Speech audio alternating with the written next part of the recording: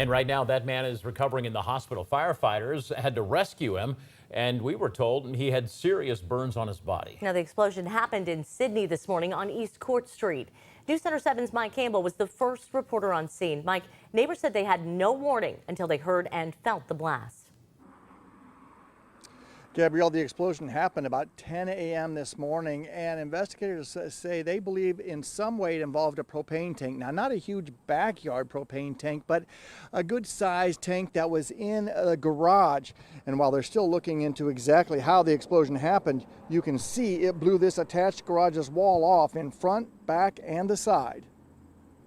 I want to say the whole house shook, and I just like, what's going on? Charles Wilson lives right across the street from the destruction. His doors bent inward, his house shook, and he scrambled out the door, worried about the couple that lives across the street. Man, he's coming out of his house with big burn marks all over his arms and smoke coming up out of the house, and it just kind of rocked everybody's house around here a little. Wilson called 911 and said firefighters and police showed up moments later. They began immediate treatment on the victim's burns. Looks like he's got first and second degree to the face, arms, hands.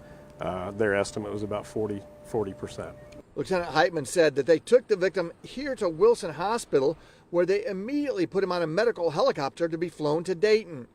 Sidney fire investigators told me the man was in the garage and they're working with the state fire marshal's office. There were multiple propane tanks inside the garage. We believe the gas was shut off to the structure. Firefighters told us the victim's girlfriend escaped injury. She was in the house, not the garage. She spoke with investigators throughout the day. She also told us she wasn't sure her boyfriend would answer her when she called out after the explosion. I heard of his faint voice, so he didn't go unconscious at any time. I know he didn't. I don't think he fell. I'm not really sure. Back live here, investigators from Sydney and the state fire marshal's office have been here since about 10 this morning. I was told they didn't find any shrapnel from a tank, so it is possible that it was escaping gases that ignited this, but they continue their work. Now stay with us next hour because I am working to bring you more from Shatara Waldrop as she walked me through the terrifying moments before, during, and after this explosion. Reporting live in Sydney, Mike Campbell, News Center 7. All right, Mike. And in Shelby County, a home explosion killed a husband and wife last year. As you see, we flew Sky 7 over what was left of that home. Nothing left. You can see just rubble. Tom and Sherry Tracy were inside. The explosion so strong it sent debris more than a mile from here. The sheriff's office told us propane caused the blast. And News Center 7 looked into home explosions and learned most are gas related.